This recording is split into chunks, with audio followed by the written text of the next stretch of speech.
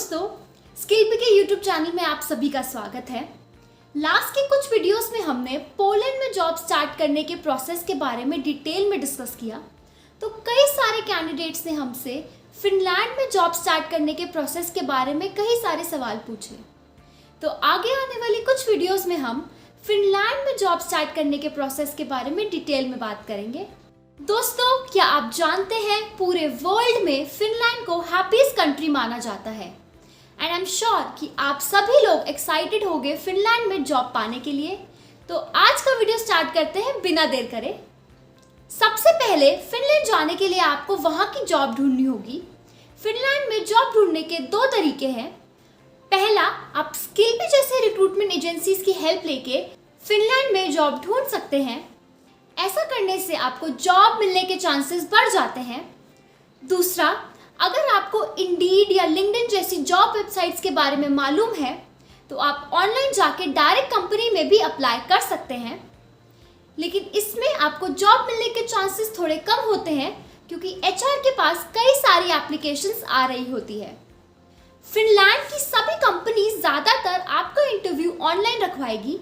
और अगर आप किसी स्किल जॉब के लिए अप्लाई कर रहे हैं जैसे ड्राइवर या वेल्डर की जॉब, तो आपका ट्रेड टेस्ट भी हो सकता है। जॉब मिलने के बाद दोस्तों कंपनी आपको ऑफर लेटर भेजेगी।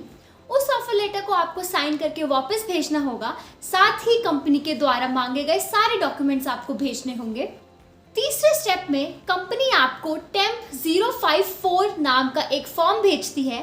उस फॉर्म के आने के बाद ही आप लीगली फिनलैंड में काम कर सकेंगे।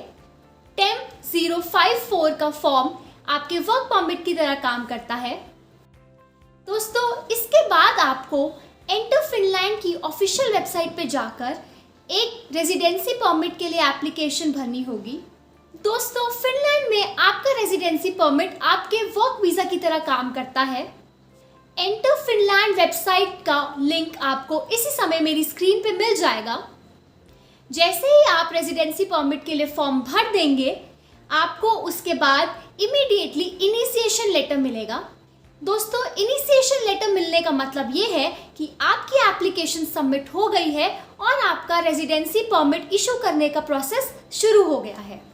नेक्स्ट स्टेप में इनिशिएशन लेटर आने के बाद आपको रेजिडेंसी परमिट इशू कराने के लिए एक अपॉइंटमेंट डेट लेनी होगी। इंडिया में फिनलैंड के वीज़ा की सारी रिक्वायरमेंट्स वीएफएस ग्लोबल कंपनी पूरी करती है। तो आपको वीएफएस ग्लोबल की ऑफिशियल वेबसाइट पे जाके वहाँ पे रेजिडेंसी परमिट के लिए एक अपॉइंटमेंट बुक करनी होगी। मेरी स्क्रीन पे दिए गए लिंक पे जाके आप वीएफएस ग्लोबल पे अपनी अपॉइंटमेंट डेट बुक कर सकते हैं। अपॉइंटमेंट डेट आने के बाद आपको अपने सारे रिक्वायर्ड डॉक्यूमेंट्स लेके अपॉइंटमेंट सेंटर पे जाना होगा।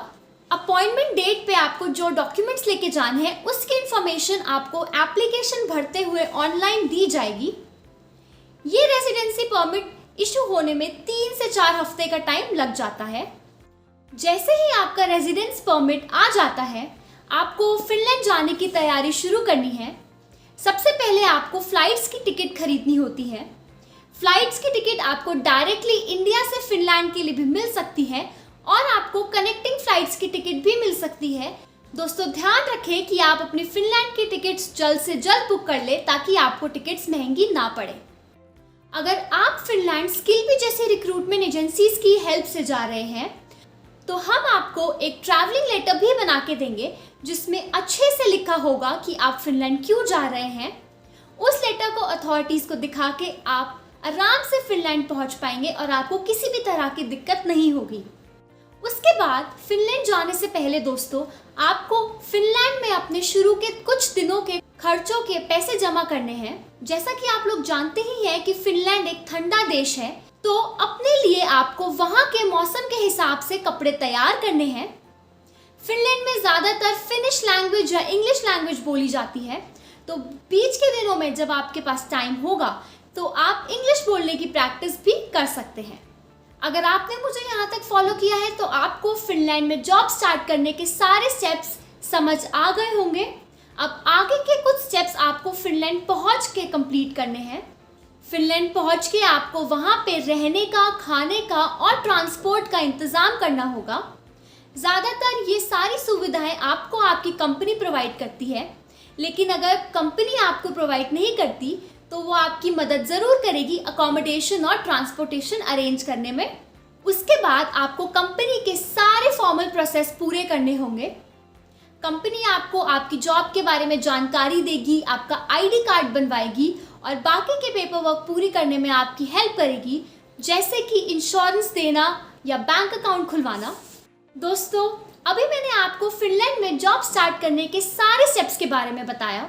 फिनलैंड जाने के लिए आपको सबसे पहले वहाँ की जॉब ढूंढनी होती है, जिसके बारे में मैंने पोलैंड की वीडियोस में आपके साथ डिटेल में शेयर किया है। जॉब ढूंढने का प्रोसेस पोलैंड और फिनलैंड में सेम ही होता है, तो फिनलैंड में जॉब कैसे ढूंढनी है उसके लिए आप वो वीडियो ज़रूर देखें। उस वीडियो का लिंक आपको इस वीडियो के डिस्क्रिप्शन बॉक्स में मिल जाएगा। आगे आने वाले वीडियोस में हम इन सारे स्टेप्स के बारे में डिटेल में कवर करेंगे, तो स्किल के यूट्यूब चैनल को जल्दी से सब्सक्राइब कीजिए, इस वीडियो को लाइक कीजिए, कमेंट कीजिए और जल्दी से अपने दोस्तों के साथ शेयर कीजिए।